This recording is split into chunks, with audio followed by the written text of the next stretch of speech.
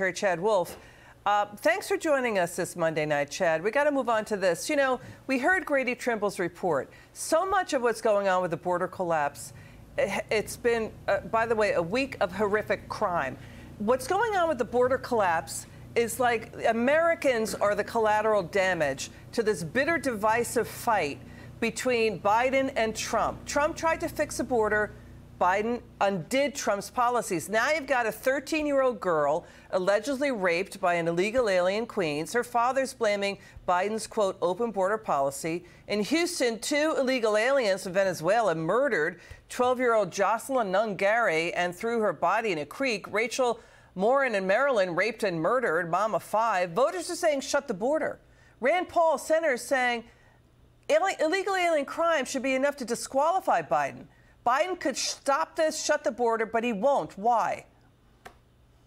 Well, that's a great question. Look, I think over 3.5 years of the Biden administration, we've seen his failed strategy along that border. And for many instances, and several of which you just outlined, those are dire consequences. So I think the American people, a majority, an overwhelming majority, say, look, I'm tired of looking at these images. There's a basic sense of fairness at play here. And then they see the impact on their communities, and they want a different solution set. And so I think, you know, come this Thursday on the debate and moving forward, there's a clear difference on how do you secure that border, protect Americans, and make sure that we're keeping bad people and bad things out of this country. And President Trump did that in part during his first term.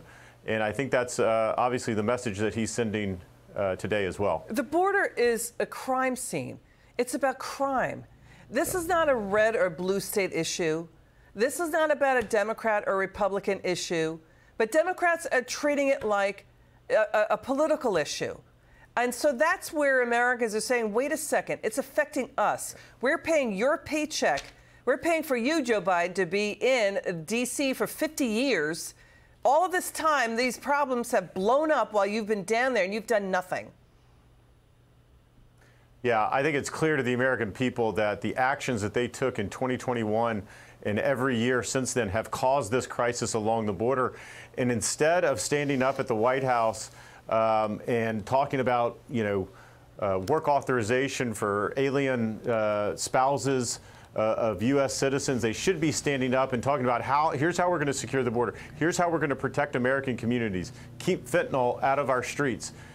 These are the answers that Americans are saying we want answers to, the questions that we want answers to. And the Biden administration is pretty much silent on it. They have no solutions. There's no plan in place to really address any of this. Let's get your reaction to this. Watch this.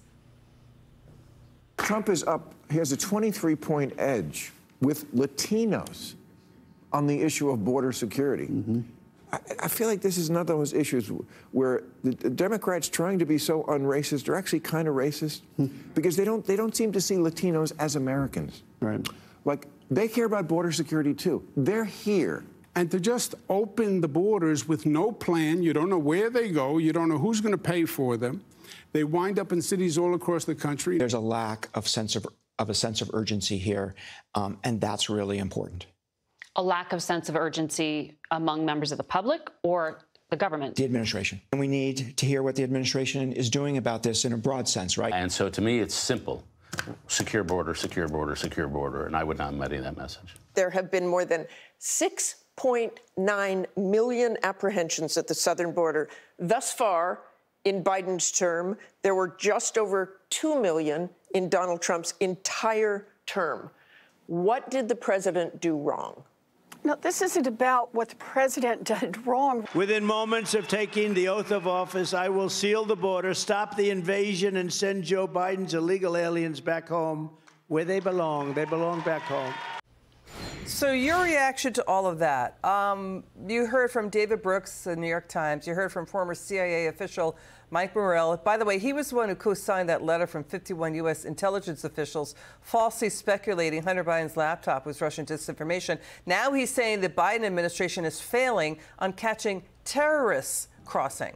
That there are, by the way, we looked through the numbers, 1,664 illegal aliens with links to terrorism on Biden's watch. We don't even know among the nearly 2 million gotaways who are in there. Yeah, absolutely. Look, I'll take a couple of points here. One, Latinos are upset because they're just like any other American. They see what's going on that border and they don't like it from a fairness issue, but also from a security issue. So it doesn't surprise me that obviously former President Trump is getting high marks with this group because they're just as frustrated as any other group in America. Look, from the national security threats coming across that border, from Director Wray to Deputy Director of the CIA, Mike Morrell, former Deputy Director, they're all saying the same thing, which is we have a number of high security concerns with what's going on in the world and how that manifests itself at that southern border, and why the Biden administration is not heeding all of these warnings and all of these concerns from the American people and coming out with a plan. They're 3.5 years into this, and it's like they're trying to wake up 5 months before the election, but I think most Americans are going to say that's way too little, way too late, and they're going to hold them accountable, I believe. Chad Wolf, good to see you again. Thanks for joining us.